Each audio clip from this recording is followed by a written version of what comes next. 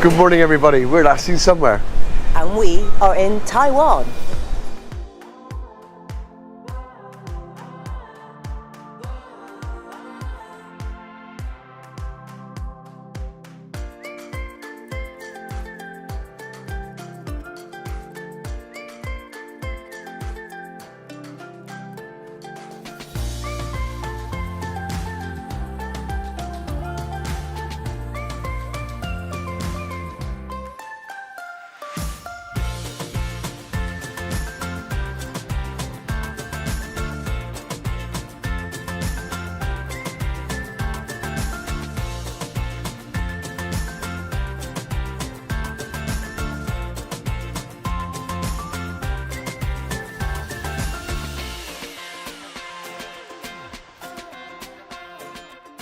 So we've left Tainan and our next stop here in Taiwan is Taichung, and we're staying at a fantastic hotel here in Taichung. We're staying at the SOF Hotel.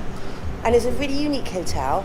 It used to be a shopping mall, I think, wasn't it? Yeah, it was, yeah, shopping centre. And it went derelict. But the people that designed it around the fact that it was derelict. And when we pulled up, I thought, oh my God, he's booked us into a dump. Because it is really old and there's plants growing out of it. It is fantastically redesigned with a huge glass atrium all through the middle. And like Dorinda said, they've planted it so it still looks derelict. It's an awesome hotel. The hotel rooms themselves are off the scale. It's a really unique and interesting place to stay here in Taichung. It looks like it's derelict in places, but it's not.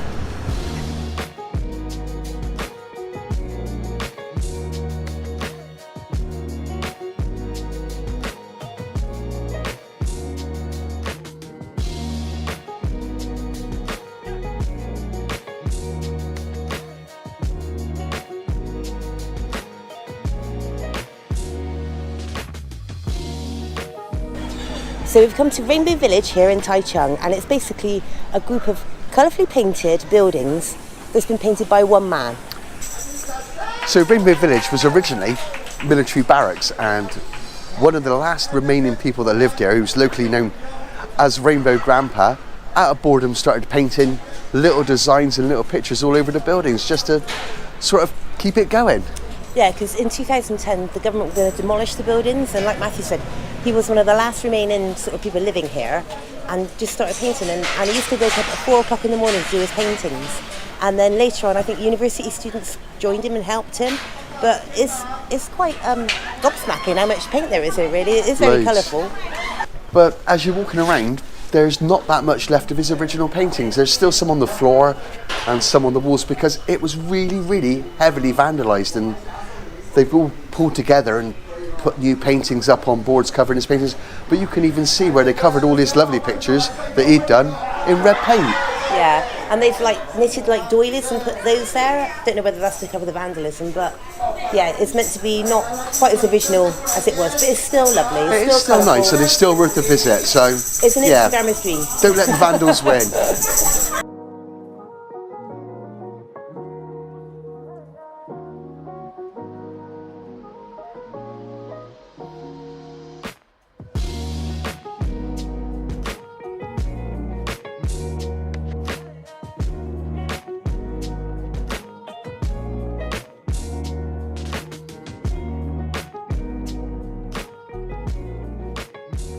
So we've now come to Chun Shui Tang, I think that's how you pronounce it, and it's so-say the birthplace of bubble tea. There's two places that claim to have done it, one in Tainan as well, so nobody's quite sure who come up with the idea for bubble tea, but they sort of argue amongst themselves quite fervently. Yeah. We were going to sit inside and have one, but they've got quite strict minimum rules of what you can buy once you're in there now, and it was a drink and food each, and we've only just had something to eat for lunch, so... So we weren't hungry. Yeah. So we've had to get a takeout. But we got our bubble tea. So I'd never tried bubble tea before I come to Taiwan, but since we've been here, we have had it a few times. And this is the milk tea, the milk pearl tea variety, isn't it? Yeah. So it's just white tea, well, black tea with milk and the tapioca pearls at the bottom. What we call white tea in England. Yeah. Right, let's give it a go.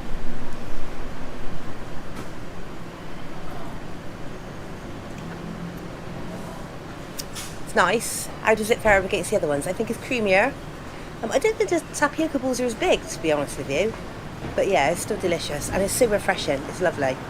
So I'm not a tea drinker at all. In fact, I'm actually not a fan of tea whatsoever. But I have really enjoyed the bubba teas over here in Taiwan, and they've been fantastic.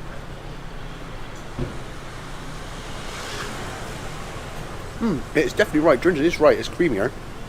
And she's also right. The tapioca balls are a lot smaller than the ones we've had previously. I had quite a few shoot down the back of my throat, to be honest, just then. It is nice, though.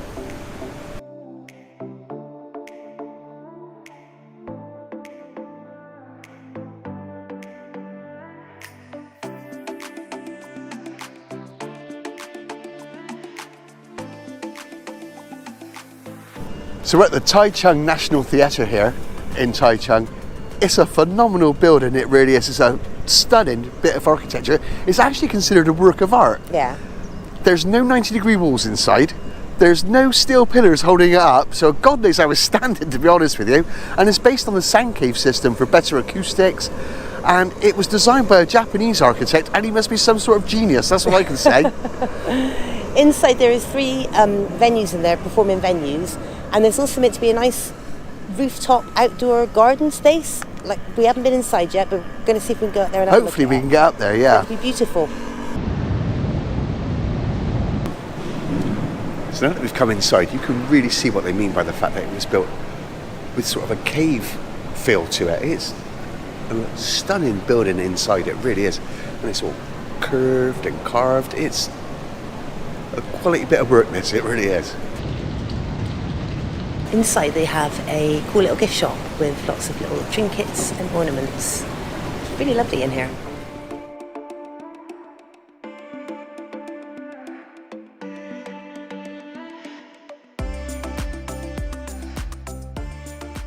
So we've come to the 6th floor and to the rooftop garden up here, and it is an absolutely gorgeous space. So well maintained. It's got a few plants up here, really nice and tranquil. Considering that you're on top of a building in a busy street below. And it's very sort of, it's not flat, it's sort of curved up here because I take it takes the shape of the building because it's like that cave style. But all it reminds me of is Teletubby Land because it's sort of little hills. You have ruined it the minute you said it. You expect Poe to come out any minute.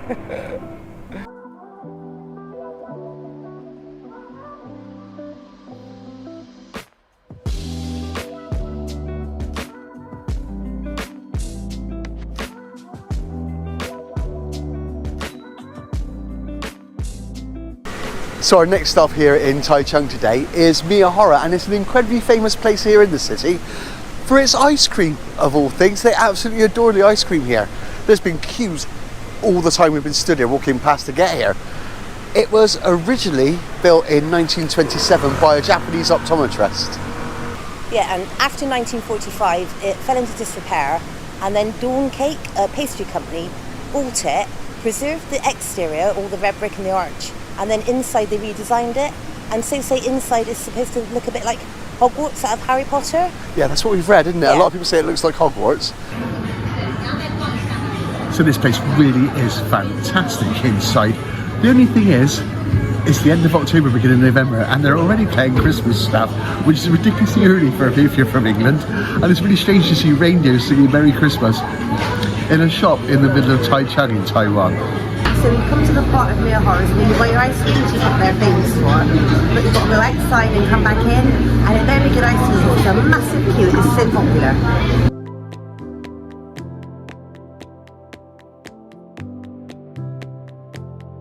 So we've got our ice cream from Miyahara. We've walked across the road to a little sort of river, and they've got seats down here. It's quite nice actually to try and eat it.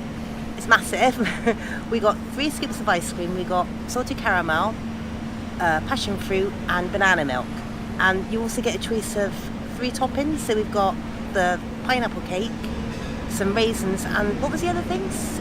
Oh God, you put me on the spot. I can't remember. Oh, snow cakes or something. Yeah, something like that. So I'm going to give it a go now. I don't know which is which. I picked the banana milk and the passion fruit, but I think the nearest one to me is salted caramel. But Well, that's I'll give typical. So you eat your mind, basically. it, give it a go and see what it is. That was the banana. Oh my God, that is so nice. That ice cream is lovely. Oh God, yeah, that's really nice. I'm also going to try a little snow cookie.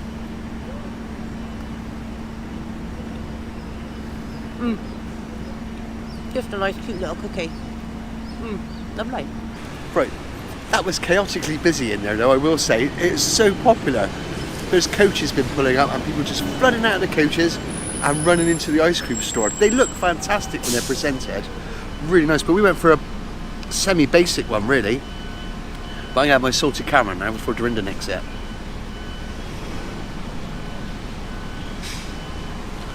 That is really nice ice cream. Sometimes when you come to places like this, you think, oh, is it hype? But that is exceptionally good ice cream.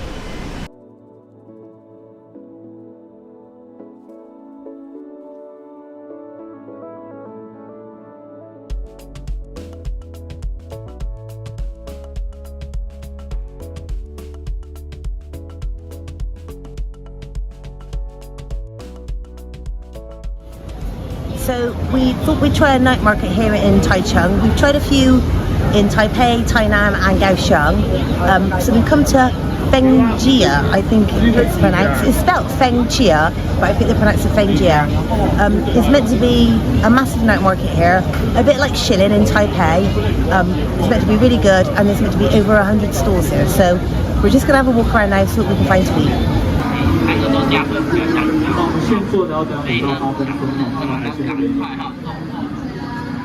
So our first food stop here tonight is going to be a very English thing as far as I'm concerned, something we see at home a lot, and it's a duck pancake roll and it looks amazing. It's stuffed full of ingredients.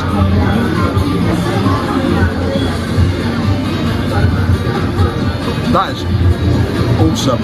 It's very similar to what we get at home, but instead of being in a pancake, it's in a bag bun. That is absolutely amazing. It really is in a bag bun, but like a flattened bag bun. It looks lovely.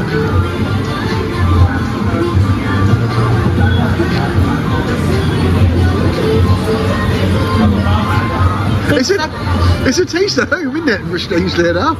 Exactly the same as home, but obviously, like you say, it's a bag bun and not a pancake. Really nice.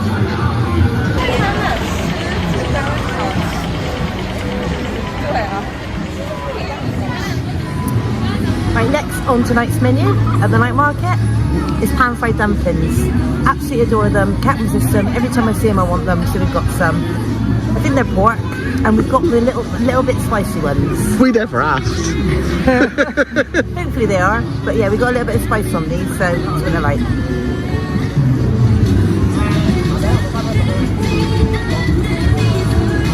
Yeah, they're definitely pork. Oh yeah, and they have got a nice little kick to them. Really tasty. And where they've been pan-fried, they're a little bit crispy on the bottom. Oh yeah, they're good. Okay, so it's my turn. Mine's actually got a bit of chilli on it as well, so this could be spicy. Dorinda said they're spicy, let's give it a go.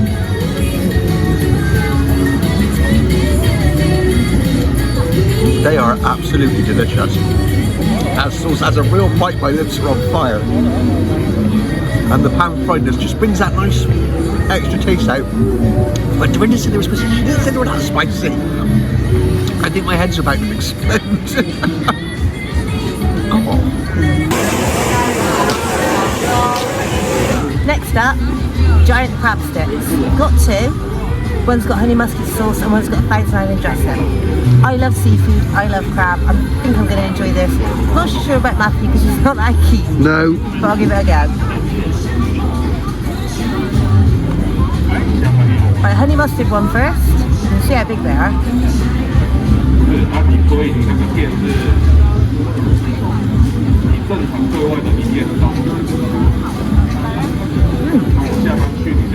It's a little bit punchy on the end because it's been grilled. It's nice. The honey mustard sauce you can't really taste. I will say it's very mild. Crab tastes lovely though. Crab tastes really nice. Really chunky, really lovely. So yeah, I am going to give it a try. I am not a fan of seafood whatsoever. I've only ever had crab buns before in my life, and that was at a night food market. It was full of bones, but I'll give it a go. It's honey mustard like Dorinda said.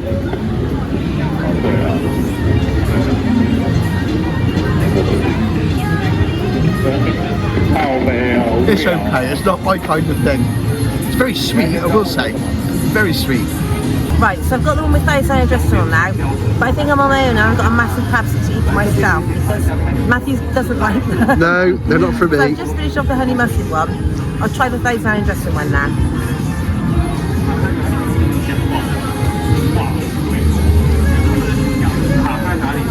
I do prefer that to the honey mustard. But yeah, the crab's lovely. I just think it's really nice.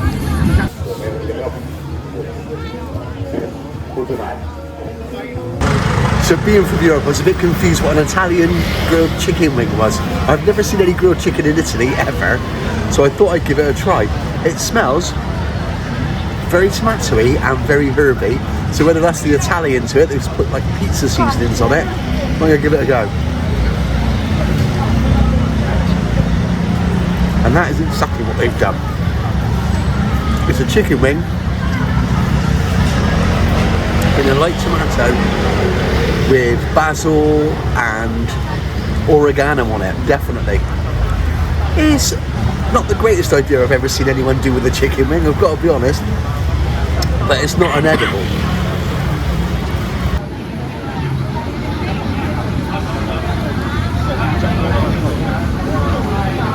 So that ends a fantastic day in Taichung.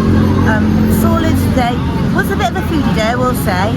What with the bubba tea and the ice cream and now the night market. I will say the winner for me at the night market was dumplings. I think the loser was definitely the Italian chicken. Yes, it was disgusting. But what a fantastic day. We're lasting somewhere. Thanks for watching.